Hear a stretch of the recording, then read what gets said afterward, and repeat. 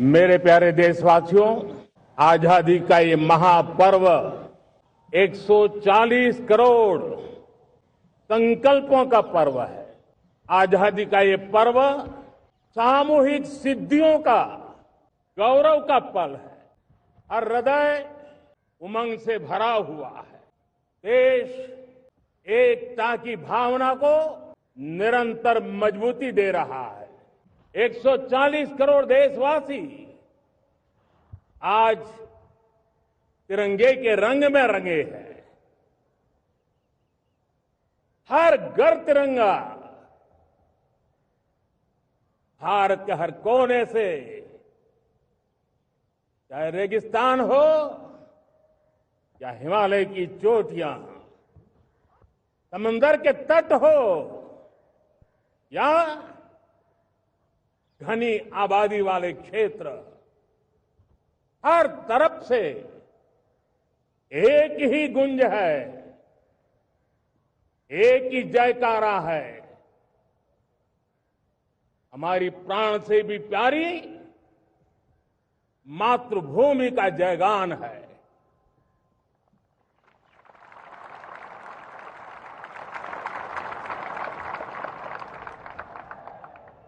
मेरे प्यारे देशवासियों,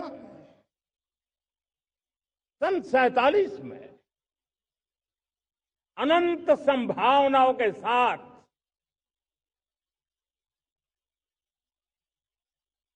कोटि कोटि भुजाओं के सामर्थ्य के साथ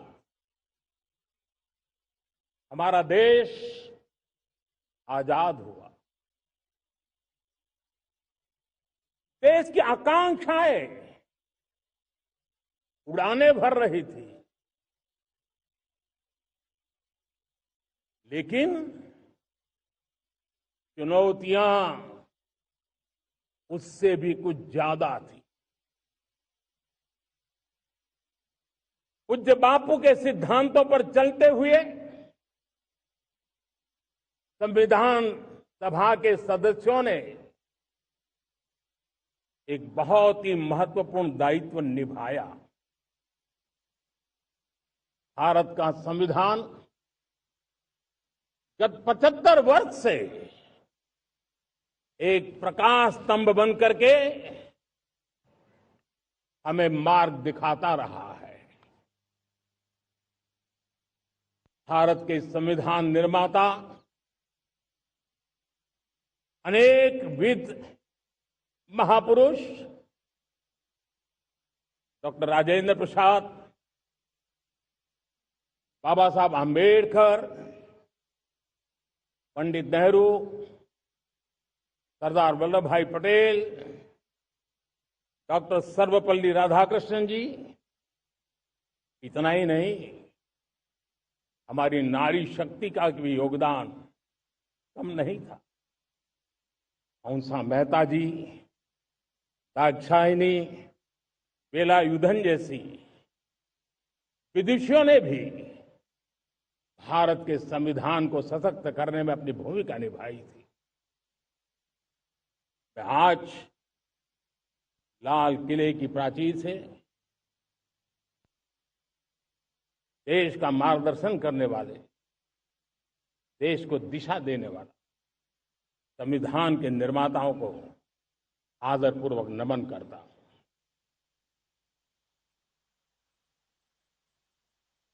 मेरे प्यारे देशवासियों, हम आज डॉक्टर श्यामा प्रसाद मुखर्जी की 125वीं जयंती भी मना रहे हैं। डॉक्टर श्यामा प्रसाद मुखर्जी भारत के संविधान के लिए बलिदान देने वाले देश के पहले महापुरुष थे। संविधान के लिए बलिदान, धारा 370 की दीवार गिराकर एक देश एक संविधान के मंत्र को जब हमने साकार किया तो हमने डॉक्टर श्यामा प्रसाद मुखर्जी को सच्ची श्रद्धांजलि दी। लाल किले पर आज कई विशेष महानुभाव उपस्थित हैं। दूर सुदूर गांव के पंचायतों के सदस्य हैं, ड्रोन दीदी के प्रतिनिधि हैं, लखपति दीदी की प्रतिनिधि हैं, खेल जगत से जुड़े लोग हैं, राष्ट्र जीवन में कुछ न कुछ देने वाले यहां महानुभाव उपस्थित हैं। एक प्रकार से यहां मेरी आंखों के सामने मैं लघु भारत के दर्शन कर रहा हूं और टेक्नोलॉजी के माध्यम से विशाल भारत के साथ भी आज लाल किला जुड़ा हुआ है। मैं आजादी के इस महापर्व पर देशवासियों का, विश्व भर में फैलाए हुए भारत प्रेमियों का, हमारे मित्रों का हृदय से बहुत बहुत अभिनंदन करता हूं। साथियों, प्रकृति हम सब की परीक्षा ले रही है। पिछले कुछ दिनों में प्राकृतिक आपदाएं, भूस्खलन, बादलों का फटना, न जाने कितनी कितनी आपदाएं हम झेल रहे हैं। पीड़ितों के साथ हमारी संवेदना है। राज्य सरकारें और केंद्र सरकार मिलकर के बचाव के काम, राहत के काम, पुनर्वसन के काम में पूरी शक्ति से जुटे हुए हैं। साथियों, आज 15 अगस्त का एक विशेष महत्व भी मैं देख रहा। मुझे बहुत गर्व हो रहा है। आज मुझे लाल किले की प्राचीर से ऑपरेशन सिंदूर के वीर जाबाजों को सैल्यूट करने का अवसर मिला है।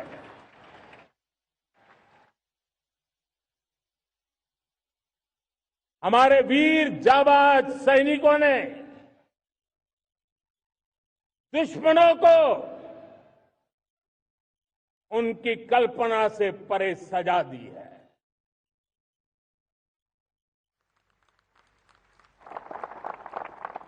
और इस अपील को पहलगाम में सीमा पार से आतंकियों ने आकर के जिस प्रकार का कत्ले आम किया, धर्म पूछ करके लोगों को मारा गया। पत्नी के सामने पति को गोलियां दी, बच्चों के सामने अपने पिता को मौत के घाट उतार दिया गया। पूरा हिंदुस्तान आक्रोश से भरा हुआ था। पूरा विश्व भी इस प्रकार से संहार से चौंक गया था। मेरे प्यारे देशवासियों, ऑपरेशन सिंदूर उसी आक्रोश की अभिव्यक्ति है।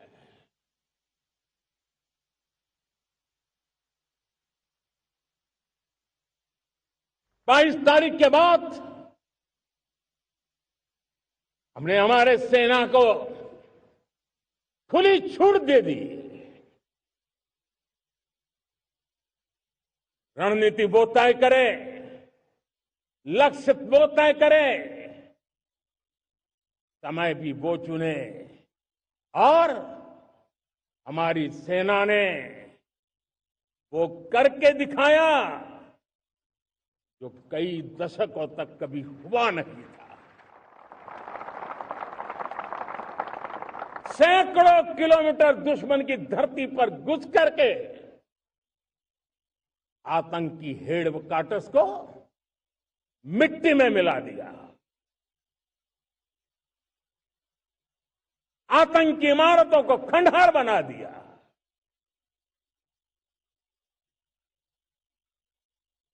पाकिस्तान की नींद अभी भी उड़ी हुई है।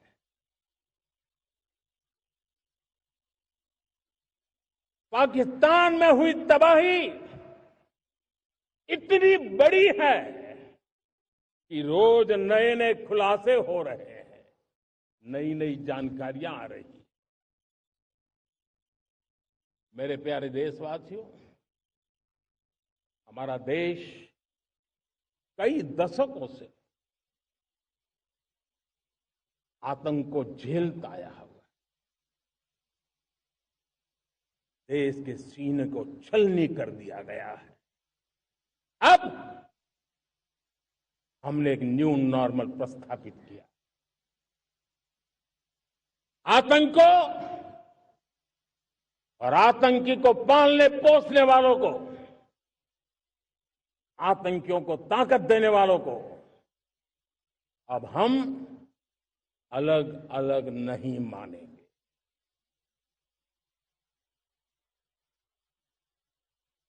वो मानवता के समान दुश्मन है, उनके बीच कोई फर्क नहीं है। अब भारत ने तय कर लिया है कि न्यूक्लियर की धमकियों को अब हम सहने वाले नहीं हैं। न्यूक्लियर ब्लैकमेल लंबे अरसे से चलाया, अब वो ब्लैकमेल नहीं सहा जाएगा।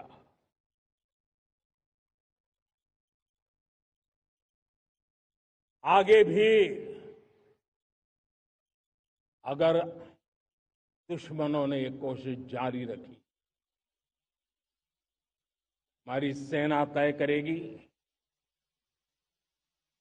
सेना की शर्तों पर, सेना जो समय निर्धारित करे उस समय पर, सेना जो तौर तरीके तय करे उस तौर तरीके से, सेना जो लक्ष्य तय करे उस लक्ष्य को अब हम अमल में ला करके रहने वाले हैं। हम मुंह तोड़ जवाब देंगे। मेरे प्यारे देशवासियों, भारत ने तय कर लिया है, खून और पानी एक साथ नहीं बहेंगे।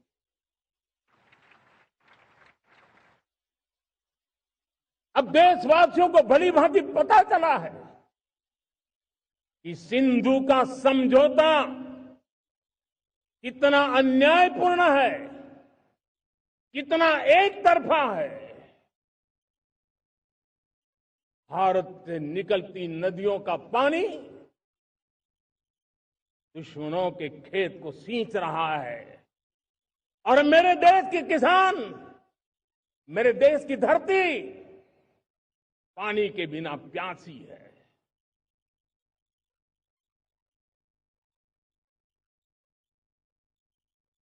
ये ऐसा समझौता था जिसने पिछले 7 दशक से मेरे देश के किसानों का अकल्पनीय नुकसान किया है।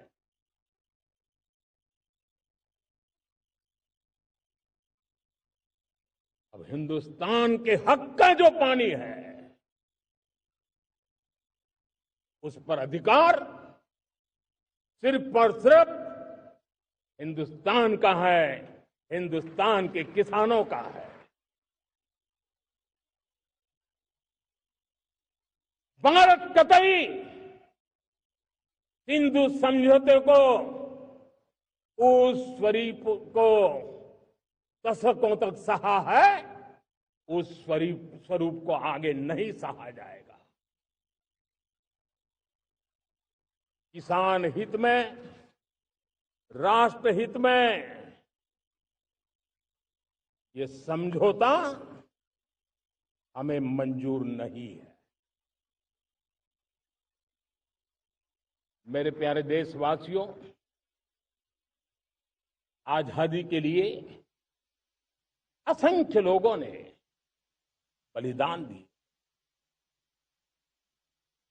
अपनी जवानी खपा दी, जेलों में जिंदगी गुजारी है, फांसी के तख्त पर लटके हैं, कुछ लेने पाने बनने के लिए नहीं, मां भारती के स्वाभिमान के लिए, कोटि कोटि जनों की आजादी के लिए, गुलामी की जंजीरों को तोड़ने के लिए। और मन में एक ही भाव था, स्वाभिमान। साथियों, गुलामी ने हमें निर्धन बना दिया, गुलामी ने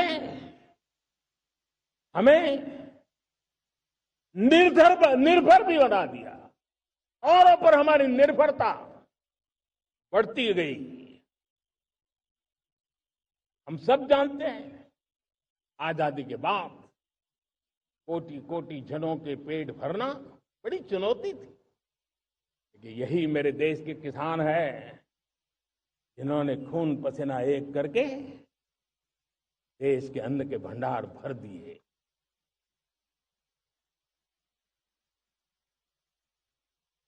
अनाज के संबंध में देश को आत्मनिर्भर बना दिया। एक राष्ट्र के लिए आत्मसम्मान की सबसे बड़ी कसौटी आज भी उसकी आत्मनिर्भरता है। और मेरे प्यारे देशवासियों, विकसित भारत का आधार भी है आत्मनिर्भर भारत।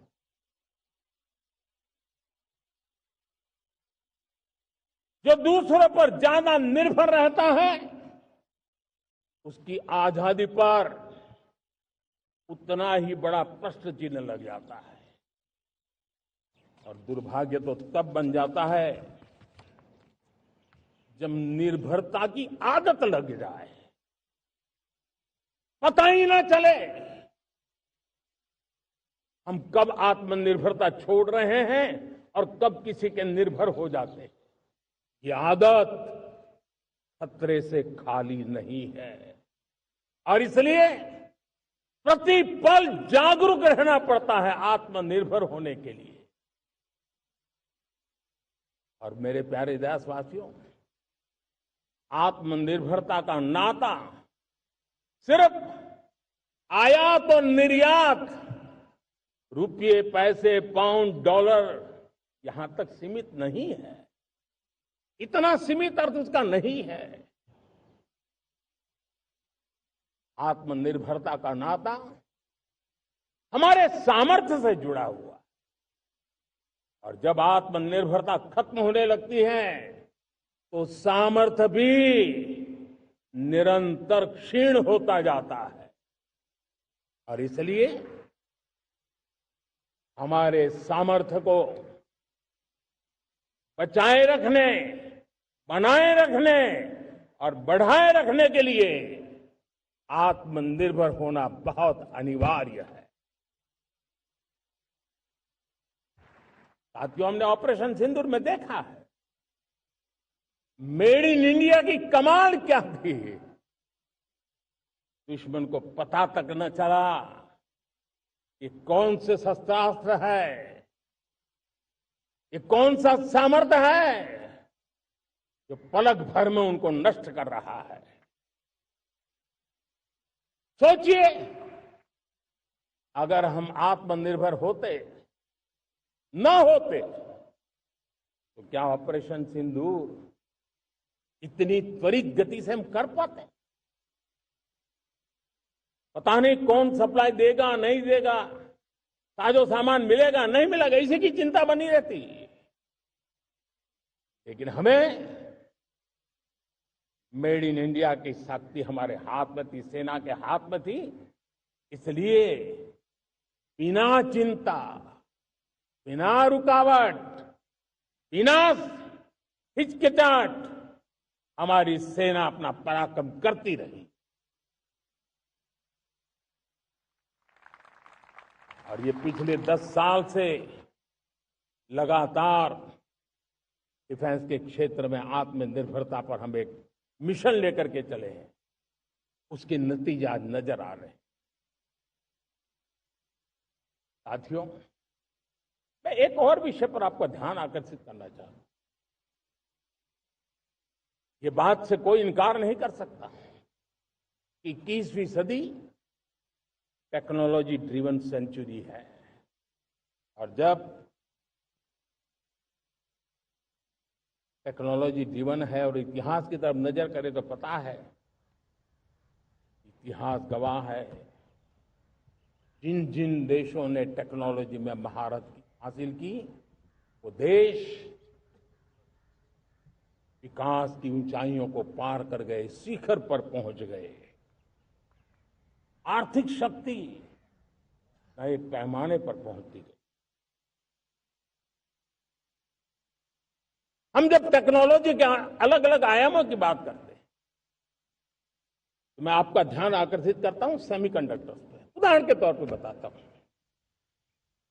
मैं यहां लाल किले से किसी सरकार की आलोचना करने के लिए खड़ा नहीं हुआ और नहीं मैं करना चाहता, लेकिन देश की युवा पीढ़ी को जानकारी होना भी उतना जरूरी है।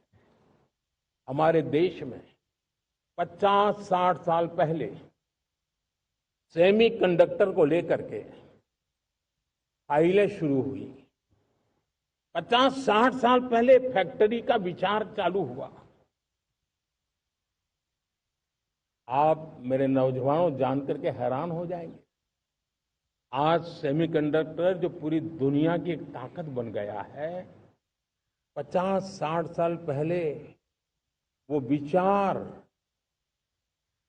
वो फाइलें अटक गई, लटक गई, अटक गई। सेमीकंडक्टर के विचार की ही भ्रूण हत्या हो गई। 50-60 साल गवा दी। हमारे बाद कई देश सेमीकंडक्टर में आज महारत हासिल करके दुनिया में अपनी ताकत को प्रस्थापित कर रहे हैं। साथियों, आज हमने उस बोझ से मुक्त होकर के मिशन मोड में सेमीकंडक्टर के काम को आगे बढ़ा है। 6 अलग अलग सेमीकंडक्टर के यूनिट्स जमीन पर उतर रहे हैं। 4 नए यूनिट्स को हमने ऑलरेडी हरी झंडी दिखा दी है, ग्रीन सिग्नल दे दिया है। और देशवासियों और मेरे खास करके नौजवानों और विश्व भर में भारत की टेक्नोलॉजी की ताकत को समझने वाले लोगों को भी कहना चाहूंगा, इसी वर्ष के अंत तक मेड इन इंडिया, भारत की बनी हुई, भारत में बनी हुई, भारत के लोगों द्वारा बनी हुई मेड इन इंडिया चिप्स बाजार में आ जाएगी।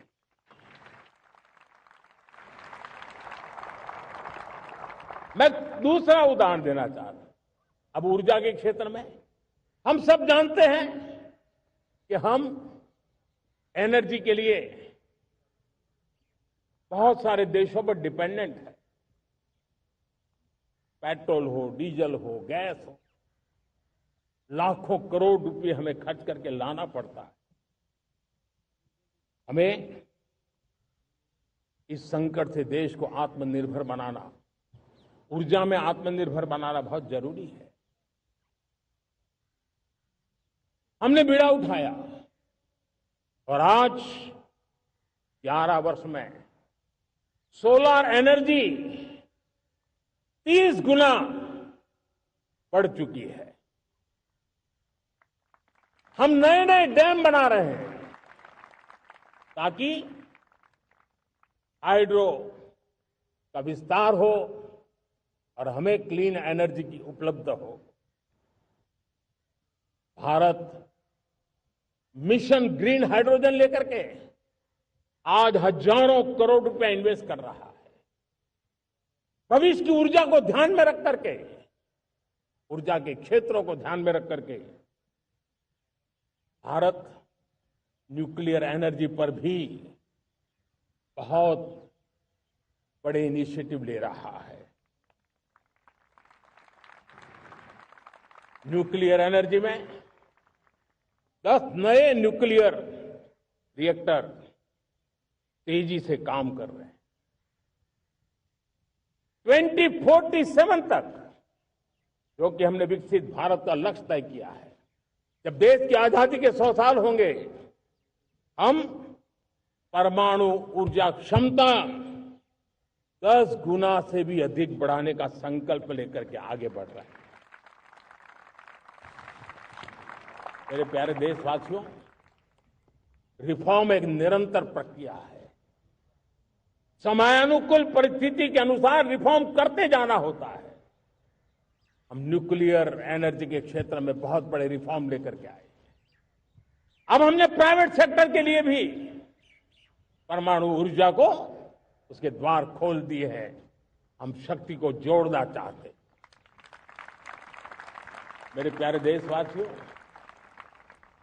दुनिया जब आज ग्लोबल वार्मिंग को लिए चिंता करती है, तब मैं विश्व को भी बताना चाहता हूं कि भारत ने तय किया था कि हम 2030 तक क्लीन एनर्जी भारत में 50% पहुंचा देंगे। ये लक्ष्य हमारा 2030 तक था। मेरे देशवासियों का सामर्थ्य देखिए, मेरे देशवासियों की संकल्प शक्ति देखिए, मेरे देशवासियों को विकसित भारत बनाने का संकल्प को पूर्ण करने के लिए उनकी दौड़ देखिए। हमने जो लक्ष्य 2030 में तय किया था, वो 50% क्लीन एनर्जी का लक्ष्य 2025 में हमने कर लिया।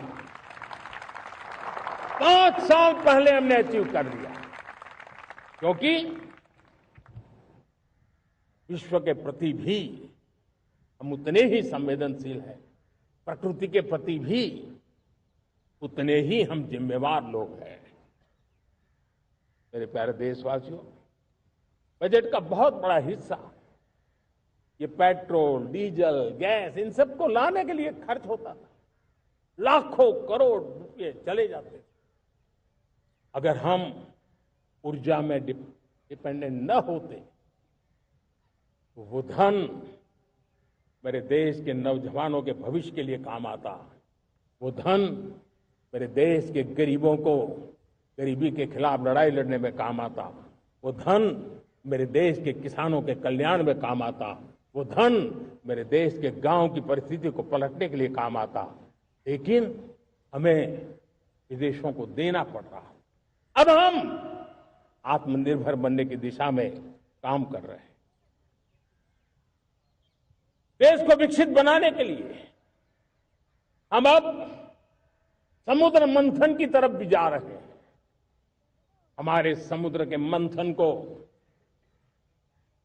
आगे बढ़ाते हुए हम समुद्र के भीतर के तेल के भंडार, गैस के भंडार, उसको खोजने की दिशा में एक मिशन मोड में काम करना चाहते हैं। और इसलिए भारत ने national deep water exploration mission शुरू करने जा रहा है। ये ऊर्जा इंडिपेंडेंट बनने के लिए ये हमारी महत्वपूर्ण घोषणा है। मेरे प्यारे देशवासियों, आज पूरा विश्व क्रिटिकल मिनरल को लेकर के बहुत ही सतर्क हो गया है। उसके सामर्थ्य को लोग भली भांति समझने लगे हैं। कल तक जिस तरफ ज्यादा ध्यान नहीं था, वो आज सेंटर स्टेज पे है। हमारे लिए भी क्रिटिकल मिनरल्स में आत्मनिर्भरता बहुत अनिवार्य है। एनर्जी का सेक्टर हो, इंडस्ट्री का सेक्टर हो, रक्षा क्षेत्र हो, टेक्नोलॉजी के हर क्षेत्र हो, आज क्रिटिकल मिनरल्स की टेक्नोलॉजी के अंदर बहुत अहम भूमिका है। और इसलिए नेशनल क्रिटिकल मिशन हमने लॉन्च किया है। 1200 से अधिक स्थानों पर खोज का अभियान चल रहा है और हम क्रिटिकल मिनरल में भी आत्मनिर्भर बनने की दिशा में आगे बढ़ रहे हैं। मेरे प्यारे देशवासियों,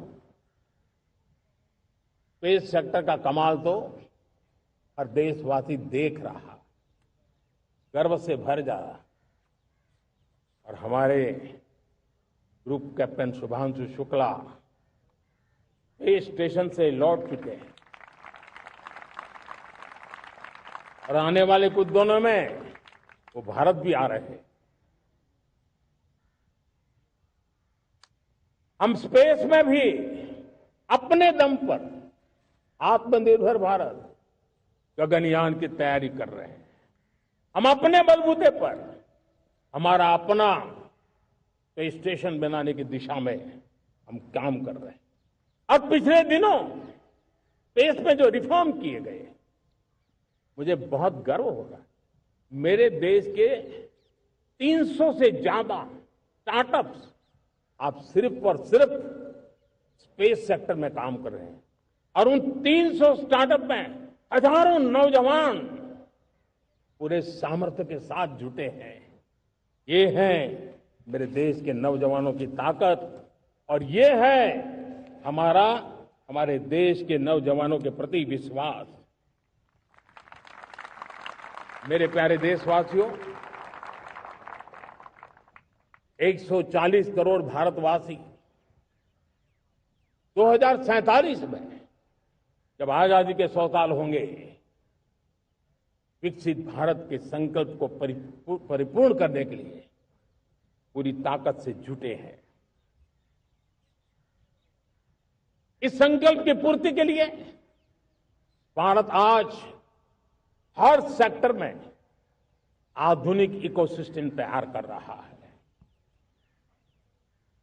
और आधुनिक इकोसिस्टम हर क्षेत्र में हमारे देश को आत्मनिर्भर बनाएगा।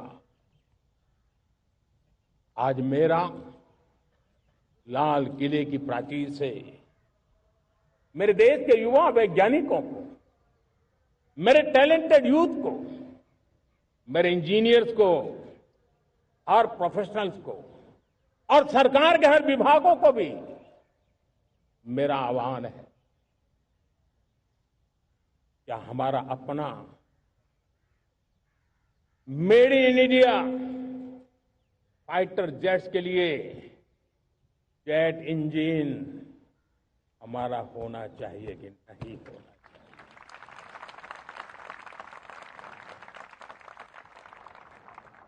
हम फार्मा ऑफ द वर्ल्ड माने जाते हैं। वैक्सीन में हम नए नए विक्रम स्थापित करते हैं, लेकिन क्या समय की मांग नहीं है?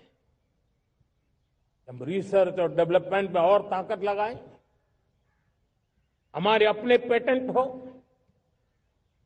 हमारी अपनी बनाई हुई मानव जाति के कल्याण की सस्ते से सस्ती और सबसे कारगर नई नई दवाइयों की शोध हो, हर संकट में साइड इफेक्ट के बिना मानव जाति के कल्याण में काम आए। बायो 3 पॉलिसी भारत सरकार ने बनाई है।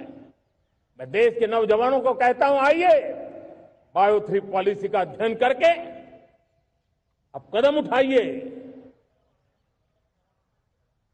देश का भाग्य बदलना है, आपका सहयोग चाहिए। मेरे प्यारे देशवासियों, आज आईटी का युग है,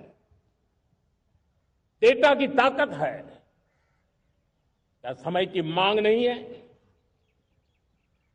ऑपरेटिंग सिस्टम से लेकर के साइबर सुरक्षा तक,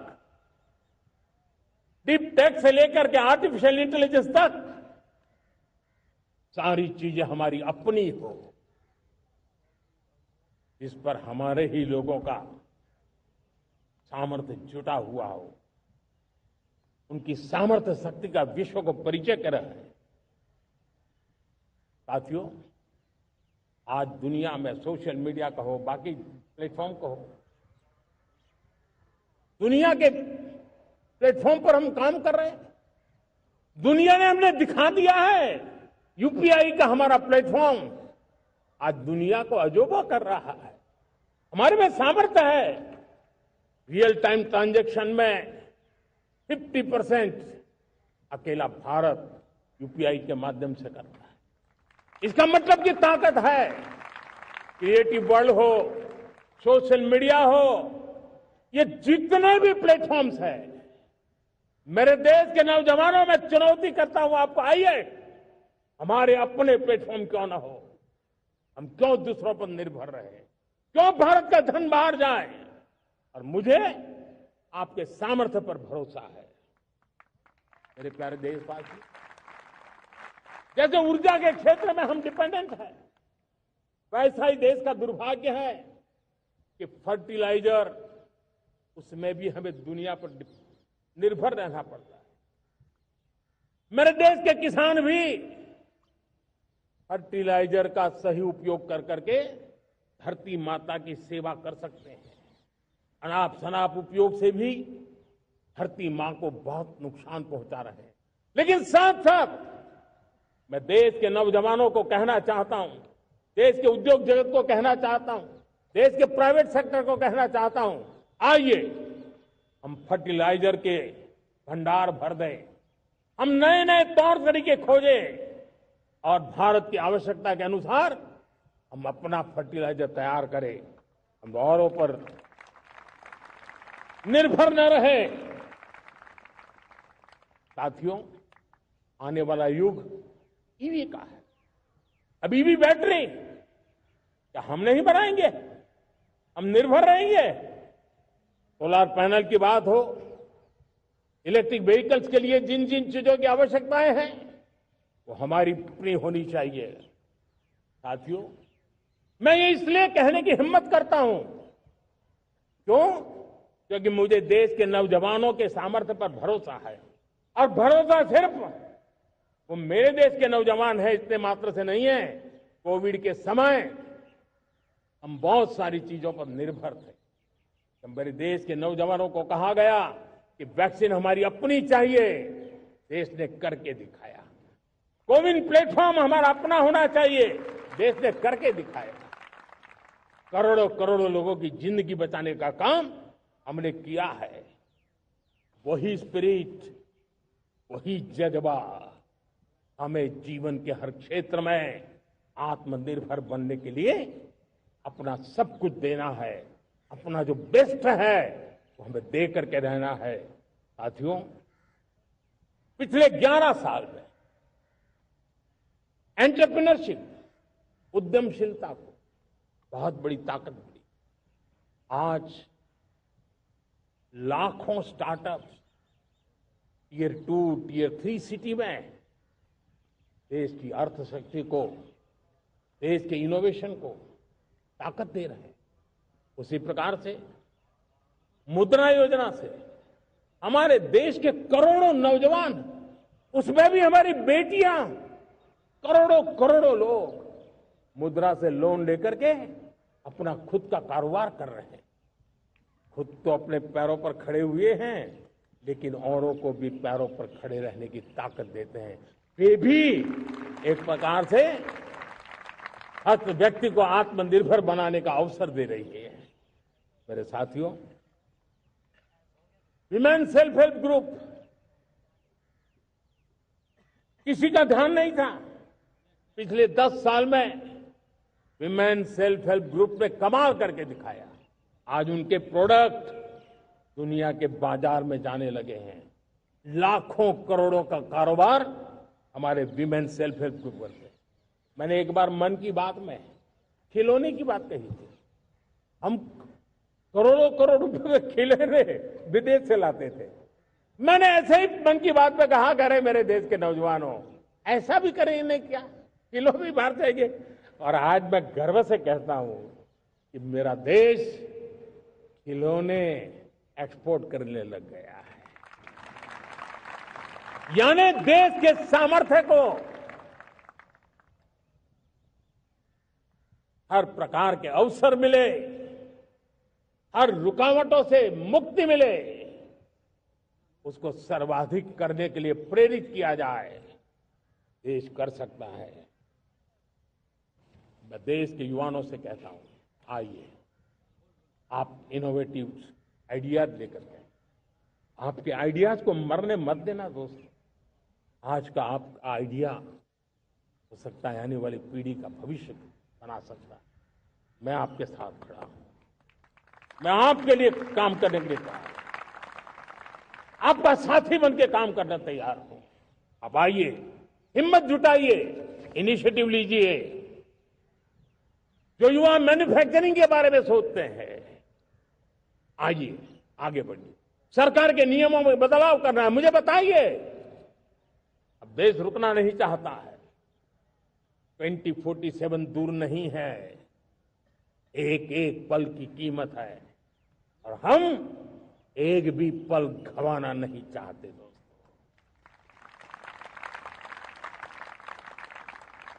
साथियों, ये आगे बढ़ने का अवसर है, बड़े सपने देखने का अवसर है, संकल्प के लिए समर्पित होने का अवसर है। जब सरकार आपके साथ है और मैं स्वयं आपके साथ हूं, तब हम नया इतिहास बना सकते हैं। साथियों, आज नेशनल मैन्युफैक्चरिंग मिशन पर बहुत तेजी से काम हो रहा है। हमारे एमएसएमई, उसका लोहा दुनिया मानती है। ये दुनिया में बड़ी बड़ी चीजें बनती है ना, कुछ न कुछ तो औजार हमारे देश के एमएसएमई के द्वारा जाते हैं, बड़े गर्व के साथ जाते हैं। लेकिन हम कॉम्प्रिहेंसिव इंटीग्रेटेड विकास की राह पर जाना चाहते हैं और इसलिए उनकी शक्ति बढ़े। और उसमें भी मैंने पहले एक बार लाल किले से कहा था, जीरो डिफेक्ट जीरो इफेक्ट। मैं आज कहना चाहता हूं कि हमें विश्व बाजार में अपने सामर्थ्य का लोहा मनवाना है, तो हमें क्वालिटी में निरंतर नई ऊंचाइयों को पार करना। दुनिया क्वालिटी को स्वीकार करती है, हमारी गुणवत्ता सबसे ज्यादा हो और सरकार के भी प्रयास हो, रॉ मटेरियल की भी उपलब्धि हो, हमारी प्रोडक्शन की कॉस्ट कैसे कम हो, हम उसमें दम रह रहे। और साथियों, हम सभी जो उत्पादन के क्षेत्र में लगे हैं, उन सबका मंत्र होना चाहिए, दाम कम लेकिन दम ज्यादा। हमारी हर प्रोडक्ट का दम ज्यादा हो लेकिन दाम कम हो। इस भाव को लेकर के हमें आगे बढ़ना है। मेरे प्यारे देशवासियों, आजादी के लिए अनगिनत लोगों ने बलिदान दिए हैं। मैंने पहले भी कहा, जवानी खपा दी, फांसी पे लटक गए। क्यों? स्वतंत्र भारत के लिए। 75-100 साल पहले का वो कालखंड याद कीजिए। पूरा देश स्वतंत्र भारत के मंत्र को लेकर के जीता था। आज समय की मांग है, स्वतंत्र भारत का मंत्र लेकर के जीने वालों ने हमें स्वतंत्र भारत दिया। आज 140 करोड़ देशवासियों का एक ही मंत्र होना चाहिए, समृद्ध भारत। अगर कोटि कोटि लोगों के बलिदान से स्वतंत्र भारत हो सकता है, तो कोटि कोटि लोगों के संकल्प से, पुरुषार्थ से, आत्मनिर्भर बनने से, वोकल फॉर लोकल की बात करने से, स्वदेशी का मंत्र को जापने से समृद्ध भारत भी बन सकता है। वो पीढ़ी स्वतंत्र भारत के लिए खप गई थी, ये पीढ़ी समृद्ध भारत के लिए नए कदम उठाए, यही समय की मांग है। और इसलिए मैं आज बार बार आग्रह करता हूं और मैं देश के सभी इन्फ्लुएंसर्स को कहना चाहता हूं, इस मंत्र को आगे बढ़ाने में मेरी मदद कीजिए। मैं सभी राजनीतिक दलों को, राजनेताओं को सबसे कहता हूं कि आइए ये किसी राजनीतिक दल का एजेंडा नहीं है। भारत हम सबका है। हम मिलकर के वोकल फॉर लोकल उस मंत्र को हर नागरिक के जीवन का मंत्र बनाएं। भारत में बनी हुई, भारत के नागरिकों के पसीने से बनी हुई वो चीजें जिसमें भारत की मिट्टी की महक हो और जो भारत के आत्मनिर्भर के संकल्प को ताकत देता हो, हम उसी को खरीदेंगे, हम उसी का उपयोग करेंगे। हम उस दिशा में आगे आए। यह हमारा सामूहिक संकल्प हो। देखते ही देखते हम दुनिया बदल देंगे दोस्तों। मैं आज हर छोटे मोटे व्यापारी को, दुकानदार से आग्रह करना चाहता हूं, आपकी भी जिम्मेवारी है।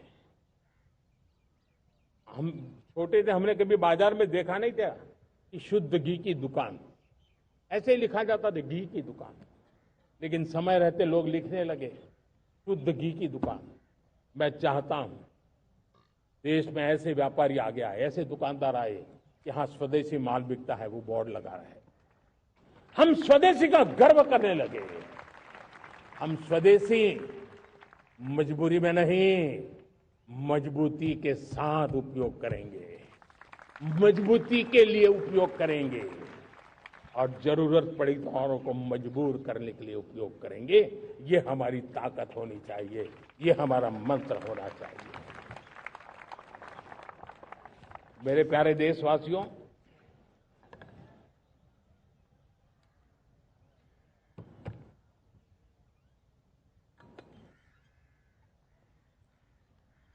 मुझे बहुत लंबे समय से सरकार में काम करने का अवसर मिला है। मैंने कई सारे उतार चढ़ाव देखे हैं। सरकारों की मुसीबतों से भी मैं परिचित हूं, व्यवस्थाओं की मर्यादाओं से भी परिचित हूं। लेकिन उसके बावजूद भी हमारी जिम्मेवारी है कि हम किसी की लकीर को छोटी करने में अपनी ताकत बर्बाद न करें।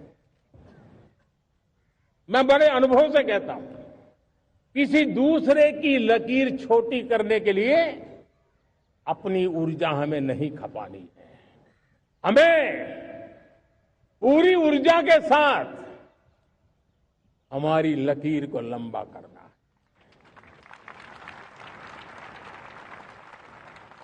हम अगर अपनी लकीर लंबी करते हैं तो दुनिया भी हमारा लोहा मानेगी। आज जब वैश्विक परिस्थितियों में आर्थिक स्वार्थ दिनों दिन बढ़ रहा है, तब समय की मांग है कि हम उन संकटों के रोते बैठने की जरूरत नहीं है। हिम्मत के साथ हम अपनी लकीर को लंबी करें। और मैं 25 साल के शासन के अनुभव से कह सकता हूं, अगर ये रास्ता हमने चुन लिया, हर किसी ने चुन लिया, तो फिर कोई स्वार्थ हमें अपनी चंगुल में नहीं फंसा सकता है। मेरे प्यारे देशवासियों, बीता दशक रिफॉर्म, परफॉर्म, ट्रांसफॉर्म कर रहा है। लेकिन अब हमें और नई ताकत से जुड़ना है। पिछले दिनों हमने कई रिफॉर्म्स किए। एफडीआई हो, इंश्योरेंस कंपनी की बात हो, विश्व की यूनिवर्सिटीज को भारत के अंदर स्थान देने की बात हो, कई रिफॉर्म्स किए हैं। 40,000 से ज्यादा अनावश्यक कंप्लायंसेस को हमने खत्म किया है। इतना ही नहीं, 1500 से अधिक पुराने कानून जो बाबा आदम के जमाने के थे, उन सबको हमने खत्म कर दिया है। हमने दर्जनों कानूनों को सरल करने के लिए संसद में जाकर के जनता के हितों को सर्वोपरि रख करके बदलाव किए हैं। इस बार भी हो हल्ला के बीच लोगों तक बात पहुंची नहीं होगी, लेकिन एक बहुत बड़ा रिफॉर्म इनकम टैक्स एक्ट में हुआ है। करीब 280 से ज्यादा धाराएं हमने समाप्त करने का निर्णय किया है। और साथियों, सिर्फ आर्थिक मोर्चे पर ही रिफॉर्म नहीं, हमने नागरिक के जीवन को भी आसान बनाने के लिए रिफॉर्म किए। इनकम टैक्स रिफंड की बात हो, रिफॉर्म का परिणाम है। फेसलेस असेसमेंट की बात हो, रिफॉर्म का परिणाम है। 12 लाख तक आज इनकम टैक्स से मुक्ति दे देना, देश का जो भविष्य बनाने में उत्सुक है ऐसा मेरा मध्यम वर्ग का परिवार आज पुला नहीं समा रहा है। कभी किसी ने सोचा नहीं था कि 12 लाख रुपए तक का इनकम टैक्स पर जीरो कर दिया जाएगा। आज कर लिया है। जब देश का सामर्थ्य बढ़ता है तो देशवासियों को लाभ मिलता है। अंग्रेजों के जमाने से दंड संहिता में हम दबे पड़े थे। दंड का भय दिखा करके जीवन चल रहा था। 75 साल आजादी के ऐसे ही गए। हमने दंड संहिता को खत्म कर दिया, न्याय संहिता को ले आए हैं। न्याय संहिता में भारत के नागरिक के प्रति विश्वास का भाव है। भारत के नागरिक के अंदर अपनेपन का भाव है, संवेदनशीलताओं से भरा हुआ है। हमने रिफॉर्म की यात्रा को तेज करने के लिए बीड़ा उठाया। हम बहुत तेजी से आगे बढ़ना चाहते हैं। मैं चाहता हूं देशवासियों, देश के लिए कर रहा हूं, मैं मेरे लिए नहीं कर रहा हूं, किसी का बुरा करने के लिए नहीं कर रहा हूं। मेरे राजनीतिक दल, मेरे प्रतिस्पर्धी साथी भी देश की इस उज्जवल भविष्य के लिए आगे आए, हमारा साथ दे। स्ट्रक्चरल रिफॉर्म्स की बात हो, रेगुलेटरी रिफॉर्म्स की बात हो, पॉलिसी रिफॉर्म की चर्चा हो, प्रोसेस रिफॉर्म की चर्चा हो, प्रोसीड्यूरल रिफॉर्म्स करने की जरूरत हो, हर प्रकार के रिफॉर्म्स ये आज हमने मकसद बना करके चले हैं। और मेरे प्यारे देशवासियों, नेक्स्ट जनरेशन रिफॉर्म्स के लिए हमें एक टास्क फोर्स गठित करने का निर्णय किया है। ये टास्क फोर्स समय सीमा में इस काम को पूरा करे। वर्तमान नियम, कानून, नीतियां, रीतियां 21वीं सदी के अनुकूल, वैश्विक वातावरण में अनुकूल और भारत को 2047 में विकसित राष्ट्र बनाने के संदर्भ में नए सिरे से तैयार हो और उसका समय सीमा में अपना कार्य पूरा करने के लिए इस टास्क फोर्स की रचना की है। साथियों, ये रिफॉर्म के कारण जो नए लोग अपना भविष्य बनाने चाहते हैं उनको तो हिम्मत मिलेगी। हमारे स्टार्टअप्स हो, हमारे लघु उद्योग हो, हमारे गृह उद्योग हो, उन लोग उद्यमियों को उनकी कंप्लायंस कॉस्ट बहुत कम हो जाएगी और उसके कारण उनको एक नई ताकत मिलेगी। जो एक्सपोर्ट की दुनिया में उनको लॉजिस्टिक सपोर्ट के कारण, व्यवस्थाओं में बदलाव के कारण उनको एक बहुत बड़ी ताकत मिलेगी। साथियों, ऐसे ऐसे कानून है हमारे देश में, छोटी छोटी चीजों के लिए जेल में डालने के कानून है। आप हैरान हो जाएंगे, किसी ने नजर नहीं डाली। मैं पीछे लगा हूं, ये मेरे देश के नागरिकों को जेल में बंद करने वाले जो अनावश्यक कानून है वो खत्म होने चाहिए। हम संसद में पहले भी बिल लाए थे, इस बार भी लेके आए हैं। साथियों, इस दिवाली में आपकी डबल दिवाली का काम मैं करने वाला हूं। इस दिवाली में आपको एक बहुत बड़ा तोहफा देशवासियों को मिलने वाला है। पिछले 8 साल से हमने जीएसटी का बहुत बड़ा रिफॉर्म किया। पूरे देश में टैक्स के बर्डन को कम किया, टैक्स की व्यवस्थाओं को सरल किया और 8 साल के बाद समय की मांग है कि हम एक बार उसको रिव्यू करें। हमने एक हाई पावर कमेटी को बिठा करके रिव्यू शुरू किया। राज्यों से भी विचार विमर्श किया और मेरे प्यारे देशवासियों, हम नेक्स्ट जनरेशन जीएसटी रिफॉर्म्स लेकर के आ रहे हैं। ये दिवाली के अंदर आपके लिए तोहफा बन जाएंगे। सामान्य मानवीय की जरूरतों के टैक्स भारी मात्रा में कम कर दिए जाएंगे। बहुत बड़ी सुविधा बढ़ेगी। हमारे एमएसएमई, हमारे लघु उद्यमी, इनको बहुत बड़ा लाभ मिलेगा। रोजमर्रा की चीजें बहुत सस्ती हो जाएगी और उससे इकोनॉमी को भी एक नया बल मिलने वाला है। मेरे प्यारे देशवासियों, आज देश तीसरी बड़ी इकोनॉमी बनने के लिए समय तेज गति से आगे बढ़ रहा है। हम दरवाजे खटखटा रहे हैं और बहुत तेजी से हम उसको अचीव भी कर लेंगे। और कोई तो दिन होगा, मैं आपके बीच आकर के लाल किले की प्राचीर से ये खबर भी सुनाऊंगा।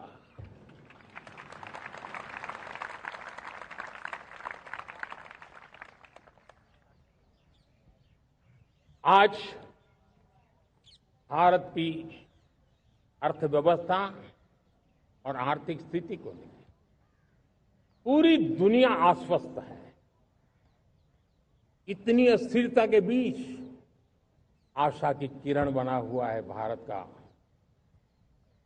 फाइनेंशियल डिसिप्लिन, भारत की फाइनेंस की ऊर्जा। संकट के घेरे में जब अर्थव्यवस्था पड़ी हुई है, तब भारत ही उसे बाहर निकलेगा, ये भरोसा दुनिया में पनपा है। आज इन्फ्लेशन कंट्रोल में है। फॉरेन एक्सचेंज रिजर्व हमारे बहुत मजबूत है। हमारे मैक्रो इकोनॉमिक इंडिकेटर्स बहुत मजबूत है। ग्लोबल रेटिंग एजेंसी भी लगातार भारत की सराहना करती हैं। भारत की अर्थव्यवस्था पर ज्यादा से ज्यादा विश्वास व्यक्त कर रही है। ये बढ़ती हुई अर्थव्यवस्था का लाभ मेरे देश के गरीबों को मिले, मेरे देश के किसानों को मिले, मेरे देश की नारी शक्ति को मिले, मेरे देश के मध्यम वर्ग को मिले, मेरे देश की विकास धारा को ताकत देने वाला बने। उस दिशा में हम नए नए प्रयास करें। आज युवाओं के लिए नए नए सेक्टर्स में हमारे नौजवानों के लिए अवसर बन रहे हैं। स्किल डेवलपमेंट, स्वरोजगार, बड़ी बड़ी कंपनियों में इंटर्नशिप, इस पर एक बहुत बड़े स्तर पर अभियान चल रहा है। और इसलिए देश के नौजवानों, आज मैं आपके लिए भी एक खुश खबर लेकर के आया। मेरे देश के नौजवानों के लिए आया। आज 15 अगस्त है। आज 15 अगस्त के ही दिन मेरे देश के युवाओं के लिए 1 लाख करोड़ रुपए की योजना हम चालू कर रहे हैं, लागू कर रहे हैं। आज से प्रधानमंत्री विकसित भारत रोजगार योजना आज ही 15 अगस्त को लागू हो रही है। ये आपके लिए बहुत खुशखबरी है। इस योजना के तहत निजी क्षेत्र में पहली नौकरी पाने वाले नौजवान को, बेटे बेटी को 15,000 रुपया सरकार की तरफ से दिए जाएंगे। कंपनियों को भी नए रोजगार देने के अवसर जो भी ज्यादा जुटाएगा, उनको भी प्रोत्साहन राशि दी जाएगी। प्रधानमंत्री विकसित भारत रोजगार योजना करीब करीब 3.5 करोड़ नौजवानों को रोजगार के नए अवसर बनाएगी। मैं सभी नौजवानों को इसके लिए बहुत बहुत बधाई देता हूं। मेरे प्यारे देशवासियों, आज भारत में नारी शक्ति का लोहा हर कोई मानने लगा। बढ़ती इकोनॉमी की लाभार्थी हमारी नारी है, लेकिन बढ़ती इकोनॉमी को गति देने में भी हमारी नारी का बहुत बड़ा योगदान भी, हमारी मातृशक्ति का योगदान है, हमारी स्त्री शक्ति का योगदान है। स्टार्टअप से लेकर स्पेस सेक्टर तक हमारी बेटियां छाई हुई है, खेल के मैदान में छाई हुई है, फौज में चमक रही है। आज गर्व के साथ नारी कंधे से कंधा मिलाकर के देश की विकास यात्रा में भागीदार हो रही। देश गर्व से भर गया जब एनडीए की विमेन कैडेट्स उनका पहला पास आउट हुआ था। पूरा देश गर्व से भर गया था। सारे टीवी चैनल उसी के पीछे लगे हुए थे। कितने बड़े गौरव की पल थी। Self help group, 10 crore self help group की बहनें क्या कमाल कर रही है। नमो ड्रोन दीदी नारी शक्ति की एक नई पहचान बनी। गांव में मुझे एक बहन मिली, वो कहती मुझे अब तो गांव वाले पायलट कह करके बुलाते हैं। बड़े गर्व से कह रहे हैं। ज्यादा पढ़ी लिखी नहीं थी, लेकिन उसका रतबा पैदा हुआ है। साथियों, हमने 3 करोड़ महिलाओं को लखपति दीदी बनाने का संकल्प लिया था। 3 करोड़। और मुझे आज संतोष है कि हम तेज गति से काम कर रहे हैं। समय से पहले 3 करोड़ का लक्ष्य पार कर लेंगे। और आज मैं खुशी से देश को बताना चाहता हूं कि मेरे नारी शक्ति का सामर्थ्य देखिए। देखते ही देखते 2 करोड़ महिलाएं लखपति दीदी बन चुकी है। आज कुछ लखपति दीदी हमारे सामने बैठी है। ये है मेरे सामर्थ्य। और मेरा विश्वास है दोस्तों, भारत की विकास यात्रा में उनकी भागीदारी बढ़ने वाली। मेरे प्यारे देशवासियों, मेरे देश के किसानों का भारत की अर्थव्यवस्था में बहुत बड़ा योगदान है। भारत के किसानों की मेहनत रंग ला रही है।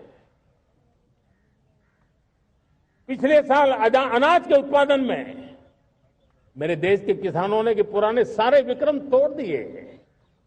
ये सामर्थ्य है मेरे देश का। उतनी ही जमीन, लेकिन व्यवस्थाएं बदली, पानी पहुंचने लगा, अच्छे सीड्स मिलने लगे, किसानों को अच्छी सुविधाएं मिलने लगी, तो वो अपना सामर्थ्य देश के लिए बढ़ा रहा। आज भारत दूध, दाल, जूट जैसे उत्पादन में नंबर 1 है दुनिया में। आज दुनिया का दूसरा सबसे बड़ा फिश प्रोड्यूसर, मेरे मछुआरा भाई बहनों की ताकत देखिए। फिश प्रोड्यूसर में दुनिया में हम दूसरे नंबर पर पहुंच चुके हैं। आज भारत चावल, गेहूं, फल और सब्जी के उत्पादन में भी दुनिया में दूसरे नंबर पर पहुंच चुका है। साथियों, आपको खुशी होगी, मेरे देश के किसान जो पैदावार देते हैं, आज वो उत्पादन दुनिया के बाजार में पहुंच रहा है। 4 लाख करोड़ रुपया एग्रो प्रोडक्ट का एक्सपोर्ट हुआ है। ये मेरे देश के किसानों ने हमें ताकत दिखाई है। हम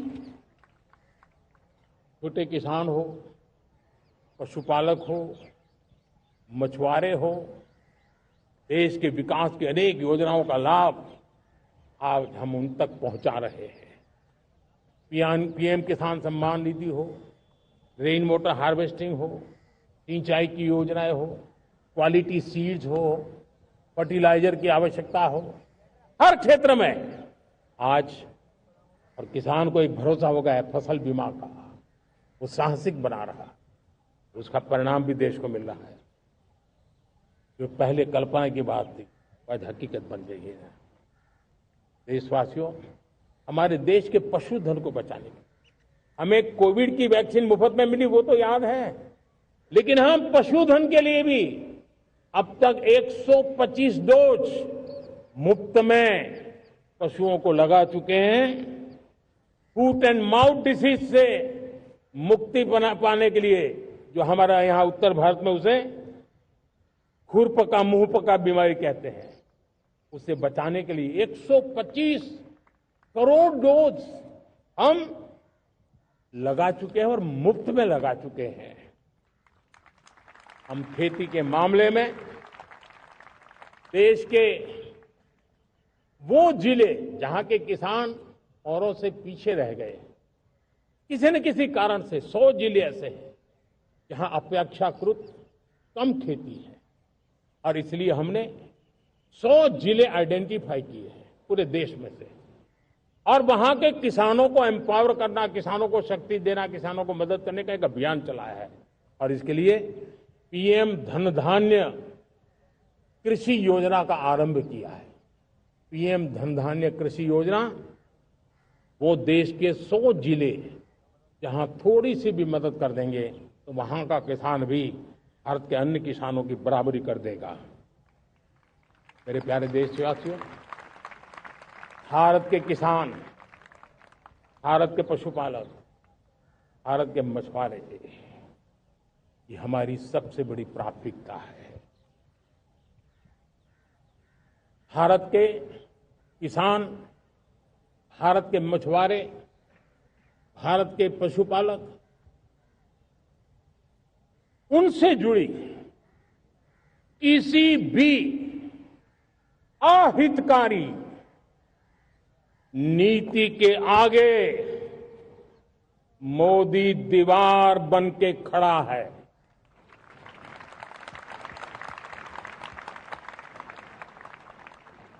भारत अपने किसानों, अपने पशुपालकों, अपने मछुआरों के संबंध में कभी भी कोई समझौता नहीं स्वीकार करेगा।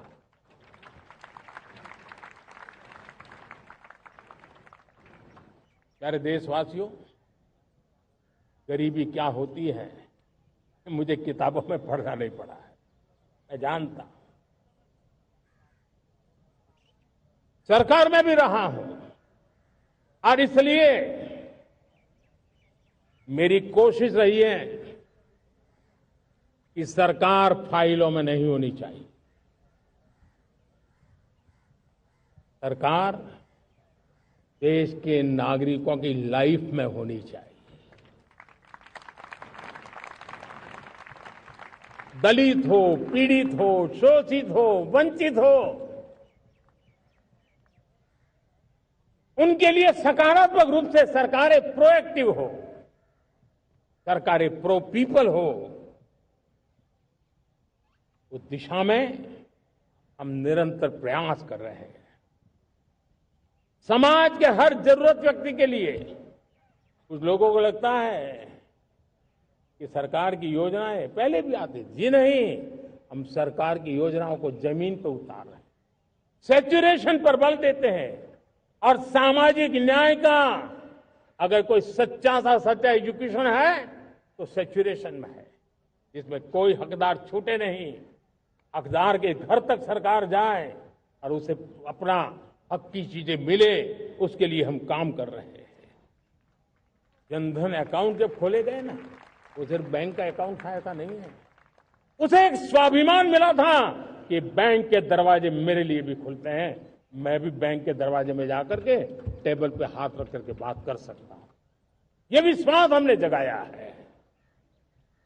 आयुष्मान भारत ने बीमारी को सहने की आदत से मुक्ति दिलाने का और उनको अच्छे स्वास्थ्य के लिए मदद करने का काम, और जब हम वरिष्ठ नागरिकों को 5 लाख रुपए से ज्यादा मदद कर करके उनके आरोग्य की चिंता करते हैं, आज पीएम आवास 4 करोड़ गरीबों को घर मिलना मतलब जिंदगी के नए सपने वहां सजते हैं। वो सिर्फ 4 दीवारें नहीं है दोस्तों, रेहड़ी पटरी वालों के लिए पीएम स्वनिधि योजना, जो कभी प्याज के चक्कर में फंसा रहता था, आज पीएम स्वनिधि से रेहड़ी पटरी वाला भी, और आपने देखा वो यूपीआई से पैसे लेता है, यूपीआई से पैसे देता है, ये बदलाव आखिरी व्यक्ति तक चिंता, लोगों की लाइफ में सरकार होनी चाहिए। उसी के कारण ये जमीन से जुड़ी योजनाएं बनती हैं और जमीन से जुड़ी योजनाएं जमीन पर उतरती हैं और जमीन से उतरी हुई योजनाएं जीवन में बदलाव लाने का एक सशक्त माध्यम बन जाती हैं।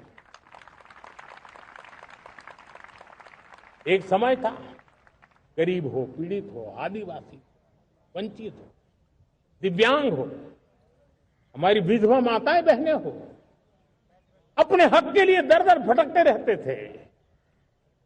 तक सरकारी दफ्तरों में चक्कर लगाते लगाते जिंदगी पूरी हो जाती। आज सरकार आपके दरवाजे पर आती है, सैचुरेशन के अप्रोच को लेकर के आती है। करोड़ों लाभार्थियों को सरकारी योजनाओं का लाभ मिल रहा है। डायरेक्ट बेनिफिट ट्रांसफर एक बहुत बड़ा क्रांतिकारी काम हुआ है। साथियों, गरीबी हटाओ के नारे देश ने बहुत सुने हैं, लाल किले से भी सुने, और देश सुन सुन करके थक गया था और देश ने मान लिया था कि गरीबी हट नहीं सकती है। लेकिन जब हम योजनाओं को गरीब के घर तक ले जाते हैं, विश्वास को गरीब के मन में हम पैदा करते हैं, तब मेरे देश के 25 करोड़ गरीब गरीबी को परास्त कर करके, गरीबी से बाहर निकल करके एक नया इतिहास बनाते हैं। आज 10 करोड़ गरीब और 10 वर्ष में 25 करोड़ से ज्यादा गरीब गरीबी को परास्त कर करके गरीबी से बाहर निकले हैं और एक न्यू मिडिल क्लास तैयार हुआ है। मेरे साथियों, ये न्यू मिडिल क्लास और मिडिल क्लास एक ऐसी जुगलबंदी है जिसमें एस्पिरेशन भी है, एफर्ट भी है। वो देश को आगे बढ़ाने के लिए बहुत बड़ा सामर्थ्य बनने वाली है। मेरे प्यारे देशवासियों, बहुत ही निकट भविष्य में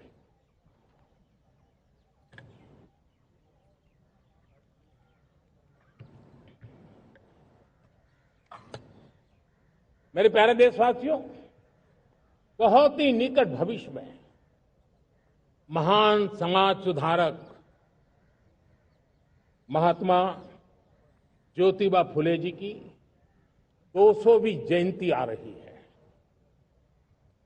हम उस जयंती के समारोह शुरू करने जा रहे हैं और महात्मा ज्योतिबा फुले के सिद्धांत, उन्होंने जो मंत्र दिए, उसमें हमारे लिए प्रेरणा है। पिछड़े को प्राथमिकता, पिछड़े को प्राथमिकता देते हुए हम परिवर्तन की ऊंचाइयों को प्राप्त करना चाहते हैं। हम इसके लिए परिश्रम की पराकाष्ठा करना चाहते हैं। हम पारदर्शी नीतियों के द्वारा पिछड़ों को प्राथमिकता, ये हम धरती पर उतारना चाहते हैं, हर पिछड़े के जीवन में उतारना चाहते हैं। साथियों, रेहड़ी पटरी वालों के लिए स्वनिधि योजना हो या हमारे हुनर वाले, हाथ से काम करने वाले विश्वकर्मा योजना की बात हो, आदिवासी में भी जो पिछड़े रह गए हैं उनके लिए पीएम जनधन की योजना की बात हो, हमारे पूर्वी भारत को विकास में पूरे देश के अंदर बराबरी में लाना और उनको नेतृत्व देने की दिशा में काम हो। हम सिर्फ समाज पिछड़े हो उनकी चिंता तक अटकने वाले नहीं है। जो क्षेत्र पिछड़े हैं उनको भी हम प्राथमिकता देना चाहते हैं। जो जिले पिछड़े रहे हैं हम उनको प्राथमिकता देना चाहते हैं। जो ब्लॉक पिछड़े रहे हैं उनको प्राथमिकता देना चाहते हैं। हमने 100 एस्पिरेशनल डिस्ट्रिक्ट, 500 एस्पिरेशनल ब्लॉक, उसी मिशन में काम किया है। हमने पूर्वी भारत के विकास के लिए हजारों करोड़ रुपए के इंफ्रास्ट्रक्चर के प्रोजेक्ट को बल दिया है। हमने पूर्वी भारत के जीवन को बदल करके देश की विकास यात्रा में भागीदार बनने का, मेरे प्यारे देशवासियों, जीवन हर क्षेत्र में विकास होना चाहिए। विकास के लिए खेल का भी महत्व होता है और मुझे खुशी है कि एक जमाना था जहां बच्चे खेल में अगर समय लगाते हैं तो माँ बाप ज्यादा पसंद नहीं करते थे। आज एकदम से उलट गया है। अगर बच्चे खेलकूद में आगे आते हैं, रुचि लेते हैं, तो माँ बाप गर्व से भर जाते हैं। मैं इसे एक शुभ संकेत मानता हूं। मेरे देश के परिवार के अंदर खेल को प्रोत्साहन का वातावरण मैं देखता हूं, मेरा मन गर्व से भर जाता है। मैं इसे देश के भविष्य के लिए बहुत शुभ संकेत मानता हूं। और साथियों, इस खेल को बढ़ावा देने के लिए हमने नेशनल स्पोर्ट्स पॉलिसी कई दशकों के बाद हम देश में खेलो भारत नीति को लेकर के आए हैं, ताकि एक खेल जगत का सर्वांगीण विकास का प्रयास हो। स्कूल से लेकर के ओलंपिक तक हम एक पूरा इकोसिस्टम डेवलप करना चाहते हैं, चाहे कोचिंग की व्यवस्था हो, फिटनेस की बात हो, खेल के मैदान हो, खेल की व्यवस्थाएं हो, खेल के लिए आवश्यक साधन हो, लघु उद्योगों को भी खेल के साधन बनाने में मदद करने की बात हो। यानी एक प्रकार से पूरा इकोसिस्टम हम दूर दराज के बच्चों तक पहुंचाना चाहते हैं। लेकिन साथियों, जब मैं फिटनेस की बात करता हूं, जब मैं खेलकूद की बात करता हूं, तो मैं एक चिंता भी आपके सामने रखना चाहता हूं। हमारे देश के हर परिवार को चिंता करनी चाहिए। मोटापा हमारे देश के लिए बहुत बड़ा संकट बनता जा रहा है। आने वाले वर्षों में लोग, जो पंडित लोग हैं वो कहते हैं, जो जानकार लोग कहते हैं, हर तीसरे व्यक्ति में एक व्यक्ति मोटापे का शिकार होगा। हमें मोटापे से बचना है, ओबेसिटी से बचना है। और इसलिए मैंने बाकी सब करना पड़ेगा, लेकिन एक छोटा सा सुझाव दिया था कि परिवार तय करे कि जब खाने का तेल घर में आएगा 10% कम ही आएगा और 10% कम ही उपयोग करेंगे, और हम ओबेसिटी के खिलाफ लड़ाई को जीतने की दिशा में हम अपना योगदान देंगे।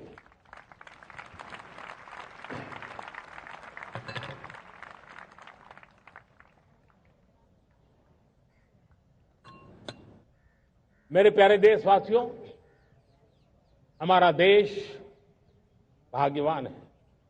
हजारों साल की विरासत के हम धनी हैं, और वो हमें निरंतर ऊर्जा मिलती है, प्रेरणा मिलती है, त्याग और तपस्या की राह मिलती है। आज गुरु तेग बहादुर, यह वर्ष गुरु तेग बहादुर जी का 350वां शहीदी वर्ष है। देश की संस्कृति की रक्षा, भारत के मूल्यों की रक्षा के लिए उन्होंने अपना सब कुछ न्योछावर कर दिया। मैं आज उनको नमन करता हूं। साथियों, हमारी संस्कृति की ताकत हमारी विविधता है। हम विविधता को सेलिब्रेट करना चाहते हैं। हम विविधता को सेलिब्रेट करने की आदत बनाना चाहते हैं। यह हमारा गौरव है। यह हमारा भारत माँ का यह बगीचा कितने विविध प्रकार के फूलों से सजा हुआ है, कितनी विविधताएं हैं। ये विविधता हमारे लिए एक बहुत बड़ा, हमारी विरासत है, बहुत बड़ा गौरव है। हमने प्रयागराज के महाकुंभ में देखा भारत की विविधता को कैसे जिया जाता है। एक स्थान पर करोड़ों लोग, एक ही भाव, एक ही प्राण, एक ही प्रयास, दुनिया के लिए बहुत बड़ा अजूबा है। महाकुंभ की वो सफलता भारत की एकता की, भारत के सामर्थ्य की दुहाई देती है।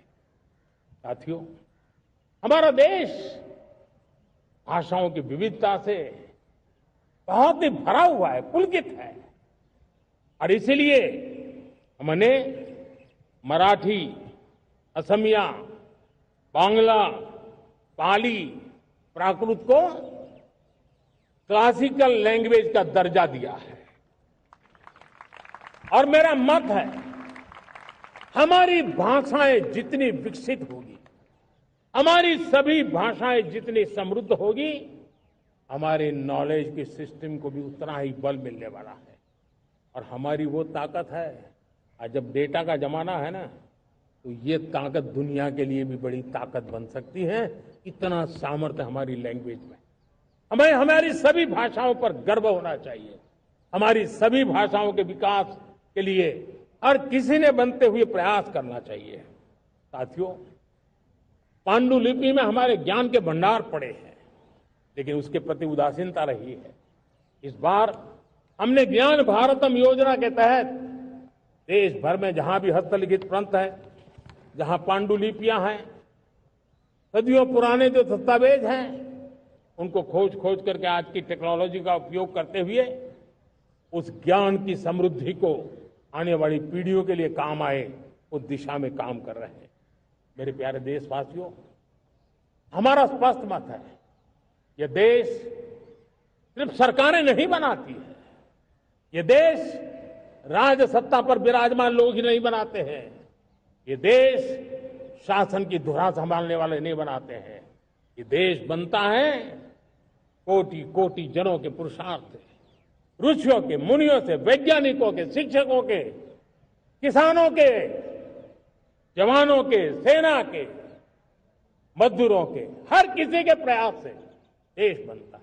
हर किसी का योगदान होता है, व्यक्ति का भी होता है, संस्थाओं का भी होता है। आज मैं बहुत गर्व के साथ एक बात का जिक्र करना चाहता हूं। आज से 100 साल पहले एक संगठन का जन्म हुआ, राष्ट्रीय स्वयंसेवक संघ। 100 साल की राष्ट्र की सेवा एक बहुत ही गौरवपूर्ण स्वर्णिम पृष्ठ है। व्यक्ति निर्माण से राष्ट्र निर्माण के संकल्प को लेकर के 100 साल तक मां भारती का कल्याण का लक्ष्य लेकर के लक्षावधि स्वयंसेवकों ने मातृभूमि के कल्याण के लिए अपना जीवन समर्पित किया है। सेवा, समर्पण, संगठन और अप्रतिम अनुशासन, ये जिसकी पहचान रही है, ऐसा राष्ट्रीय स्वयंसेवक संघ दुनिया का ये सबसे बड़ा एनजीओ है। एक प्रकार से 100 साल का उसका समर्पण का इतिहास है। आज लाल किले की प्राचीर से 100 साल की इस राष्ट्र सेवा की यात्रा में योगदान करने वाले सभी स्वयंसेवकों को आदरपूर्वक स्मरण करता हूं और देश गर्व करता है राष्ट्रीय स्वयंसेवक संघ की इस 100 साल की भव्य समर्पित यात्रा को, और हमें प्रेरणा देता रहेगा। मेरे प्यारे देशवासियों, हम समृद्धि की ओर जा रहे हैं, लेकिन समृद्धि का रास्ता सुरक्षा से गुजरता है। पिछले 11 वर्षों में राष्ट्र सुरक्षा, राष्ट्र रक्षा, राष्ट्र के नागरिकों की रक्षा, इन सभी मोर्चों पर हमने पूरे समर्पण भाव से काम किया है। हम बदलाव लाने में सफल हुए हैं। यह देश जानता है कि हमारे देश का बहुत बड़ा जनजातीय क्षेत्र नक्सलवाद की चपेट में, माओवाद की चपेट में पिछले कई दशकों से लहूलुहान हो चुका था। सबसे ज्यादा नुकसान मेरे आदिवासी परिवारों को हुआ। आदिवासी माताओं, बहनों ने अपने सपने के होनहार बच्चों को खो दिया। नौजवान बेटे गलत रास्ते पर खींच लिए गए, भटकाए गए, उनकी जीवन को तबाह कर दिया गया। हमने फौलादी हाथ से काम लिया। एक समय था, कभी 125 से ज्यादा जिलों में नक्सलवाद अपनी जड़ें जमा चुका था। माओवाद की चंगुल में हमारे जनजातीय क्षेत्र, हमारे जनजातीय नौजवान फंसे हुए थे, और आज 125 जिलों में से कम होते होते हम 20 पर ले आए हैं। उन जनजातीय समाज की सबसे बड़ी हमने सेवा की है। और आप देखिए, एक जमाना था जब बस्तर को याद करते ही माओवाद, नक्सलवाद, बम बंदूक की आवाज सुनाई देती थी।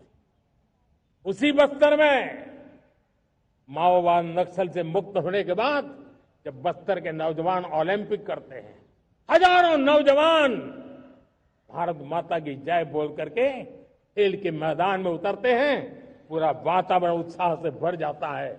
ये बदलाव देश देख रहा है।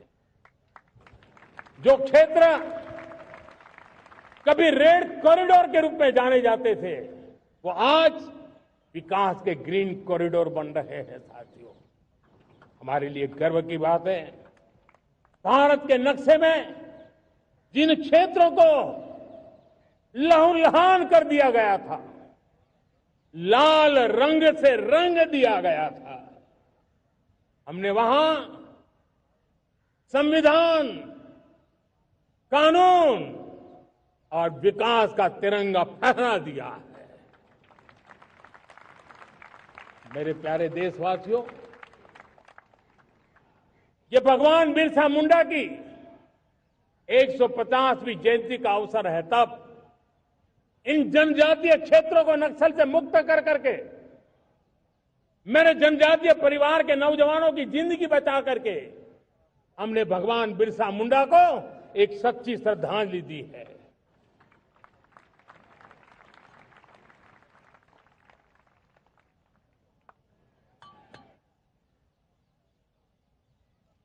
मेरे प्यारे देशवासियों,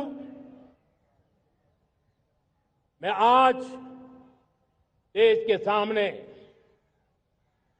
एक चिंता, एक चुनौती के संबंध में आगाह करना चाहता हूं।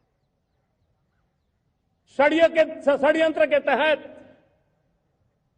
सोची समझी साजिश के तहत देश की डेमोग्राफी को बदला जा रहा है। एक नए संकट के बीज बोए जा रहे हैं और ये घुसपैठिए मेरे देश के नौजवानों की रोजी रोटी छीन रहे हैं। एक घुसपैठिए मेरे देश की बहन बेटियों को निशाना बना रहे हैं। ये बर्दाश्त नहीं होगा। ये घुसपैठिए भोले भाले आदिवासियों को भ्रमित करके उनकी जमीनों पर कब्जा कर रहे हैं।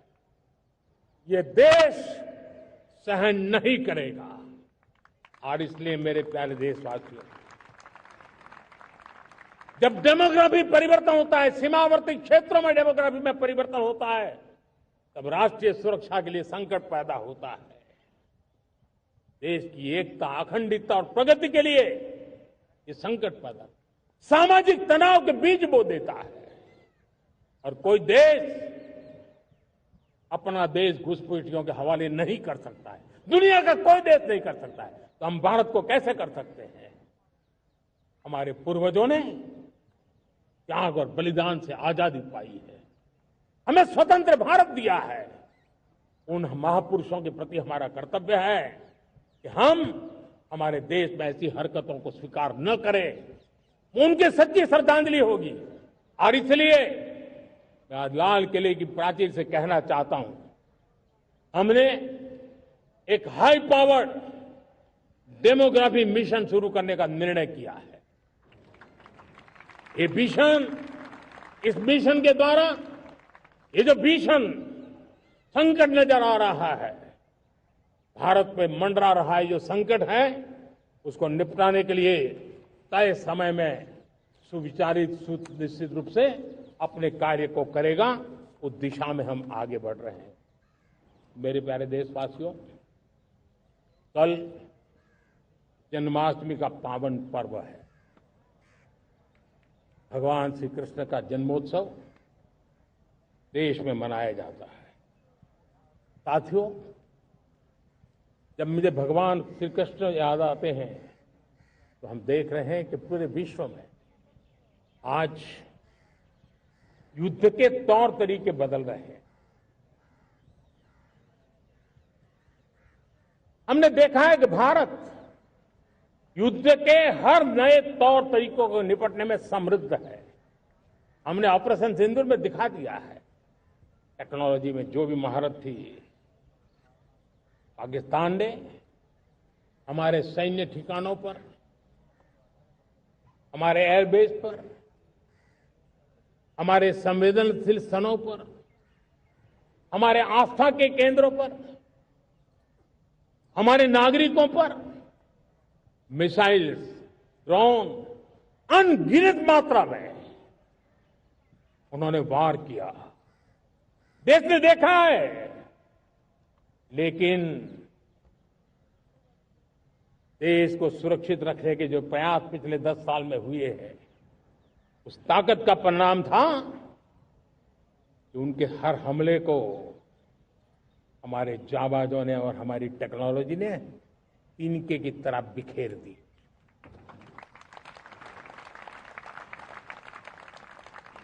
रत्ती भर नुकसान नहीं कर पाए। और इसलिए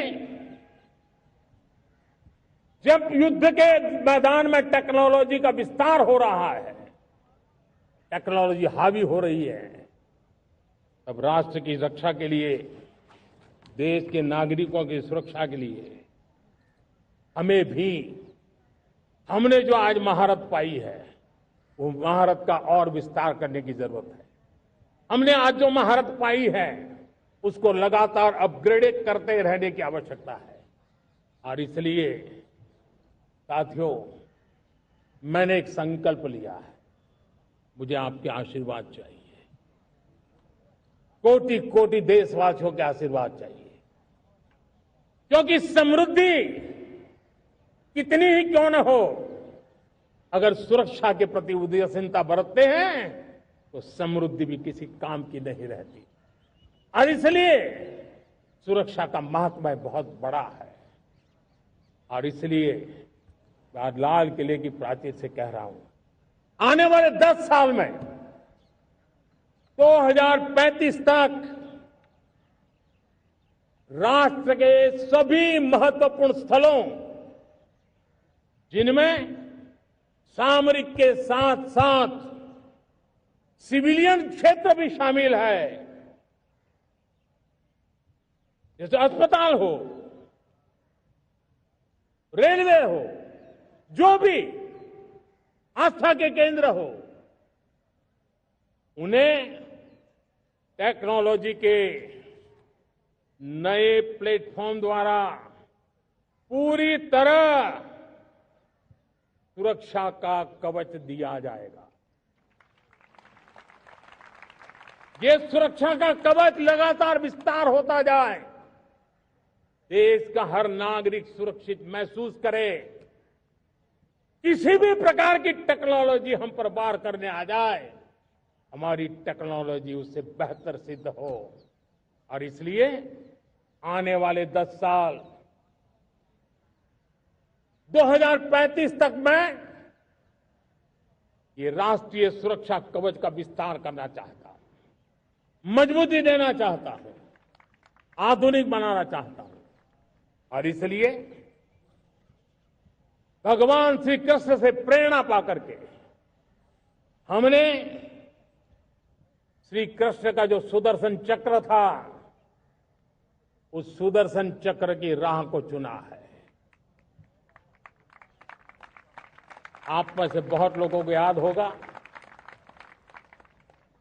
जब महाभारत की लड़ाई चल रही थी, श्री कृष्ण ने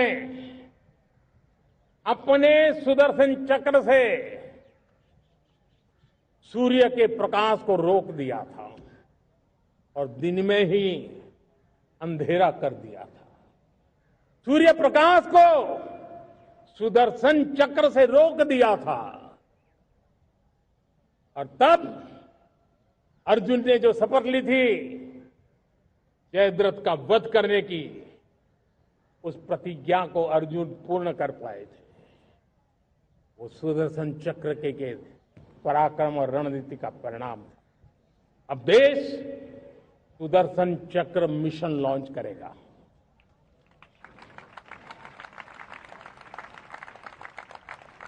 ये मिशन सुदर्शन चक्र एक पावरफुल वेपन सिस्टम दुश्मन के हमले को न्यूट्रलाइज तो करेगा ही करेगा, लेकिन कई गुना ज्यादा दुश्मन पर हिट बैक करेगा।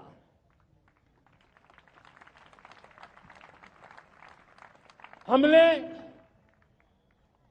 भारत के इस मिशन सुदर्शन चक्र के लिए कुछ मूलभूत बातें भी तय की है।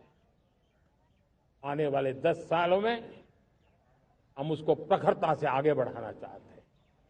एक तो ये पूरी आधुनिक सिस्टम, इसके लिए रिसर्च, डेवलपमेंट, उसकी मैन्युफैक्चरिंग हमारे देश में ही हो, हमारे देश के नौजवानों के टैलेंट से हो, हमारे देश के लोगों के द्वारा बनी। दूसरा, एक ऐसी व्यवस्था होगी जो वॉरफेयर के हिसाब से भविष्य में क्या क्या संभावनाएं हैं उसका हिसाब किताब लगा करके +1 की स्ट्रेटेजी वर्कआउट करेगी। और तीसरा, सुदर्शन चक्र की एक ताकत थी, वो बहुत ही प्रिसाइज, जहां जाना था वहीं जाता था और वापस श्री कृष्ण के पास लौट के आता था। हम इस सुदर्शन चक्र के द्वारा भी टारगेटेड प्रिसाइज एक्शन के लिए भी व्यवस्था को विकसित करने की दिशा में आगे बढ़ेंगे। और इसलिए युद्ध के बदलते तौर तरीकों में राष्ट्र की सुरक्षा, नागरिकों की सुरक्षा के लिए मैं बड़े प्रतिबद्धता के साथ इस कार्य को आगे बढ़ाने के लिए वचन देता हूं। मेरे प्यारे देशवासियों, जब हम लोकतंत्र की बात करते हैं, स्वतंत्र भारत की बात करते हैं, तब हमारा संविधान हमारे लिए सर्वोच्च दीप स्तंभ होता है, हमारा प्रेरणा का केंद्र होता है। लेकिन आज से 50 साल पहले भारत के संविधान का गला घोंट दिया गया था, भारत के संविधान के पीठ पे छुरा भोंक दिया गया था, देश को जेल खाना बना दिया गया था, आपातकाल लगा दिया गया था, इमरजेंसी थोप दी गई थी। इमरजेंसी के 50 साल हो रहे। देश की किसी भी पीढ़ी ने संविधान की हत्या के इस पाप को कभी भूलना नहीं चाहिए। संविधान की हत्या करने वाले पापियों को नहीं भूलना चाहिए। और हमें भारत के संविधान के प्रति अपने समर्पण को और मजबूती देते आगे बढ़ना चाहिए। वो हमारी प्रेरणा है। मेरे प्यारे देशवासियों, मैंने इसी लाल किले से पंच प्रण की बात कही थी। आज लाल किले से फिर से एक बार मेरे देशवासियों का पुनः स्मरण जरूर करना चाहता हूं। विकसित भारत बनाने के लिए न हम रुकेंगे, न हम झुकेंगे। हम परिश्रम की पराकाष्ठा करते रहेंगे और अपनी आंखों के सामने 2047 में विकसित भारत बना करके रहेंगे। मेरे प्यारे देशवासियों, हमारा दूसरा प्रण है कि हम हमारे जीवन में, हमारी व्यवस्थाओं में, हमारे नियम कानून परंपराओं में गुलामी का एक भी कण अब बचने नहीं देंगे। हम हर प्रकार की गुलामी से मुक्ति पाकर के ही रहेंगे। मेरे प्यारे देशवासियों, हम अपनी विरासत पर गर्व करेंगे। हमारी पहचान का सबसे बड़ा आभूषण, सबसे बड़ा गहना, सबसे बड़ा मुकुटमणि हमारी विरासत है। हम विरासत का गर्व करेंगे। मेरे प्यारे देशवासियों, इन सब के लिए एकता, ये मंत्र सबसे बड़ा शक्तिशाली मंत्र है। और इसलिए एकता की डोर को कोई काट न सके, ये हमारा सामूहिक संकल्प होगा। मेरे प्यारे देशवासियों, मां भारती के प्रति कर्तव्य निभाना ये पूजा से कम नहीं है, तपस्या से कम नहीं है, आराधना से कम नहीं है। और उसी भाव से हम सब मातृभूमि के कल्याण के लिए परिश्रम की पराकाष्ठा करते हुए 2047 विकसित भारत के लक्ष्य को पार करने के लिए अपने आप को अपा देंगे, अपने आप को झोंक देंगे। जो भी सामर्थ्य है, कोई भी अवसर को छोड़ेंगे नहीं। इतना ही नहीं, नए अवसरों को निर्माण करेंगे और निर्मित करने के बाद हम 140 करोड़ देशवासियों के सामर्थ्य से आगे बढ़ते ही रहेंगे, बढ़ते ही रहेंगे, बढ़ते ही रहेंगे। मेरे प्यारे देशवासियों, हमें याद रखना है, 140 करोड़ देशवासियों को याद रखना है, परिश्रम में जो तपा है, परिश्रम में जो तपा है, उसने ही तो इतिहास रचा है। परिश्रम में जो तपा है, उसने ही तो इतिहास रचा है। जिसने फौलादी चट्टानों को तोड़ा है, जिसने फौलादी चट्टानों को तोड़ा है, उसने ही समय को मोड़ा है। जिसने फौलादी चट्टानों को तोड़ा है, उसने ही समय को मोड़ा है। और समय को मोड़ देने का भी, समय को मोड़ देने का भी यही समय है, सही समय है। मेरे प्यारे देशवासियों, एक बार फिर आप सबको आजादी के इस महान पर्व की अनेक अनेक शुभकामनाएं देता हूं, बहुत बहुत बधाई देता हूं। मेरे साथ बोलेंगे, जय हिंद, जय हिंद, जय हिंद। भारत माता की, भारत माता की, भारत माता की। वंदे, वंदे, वंदे। बहुत बहुत धन्यवाद।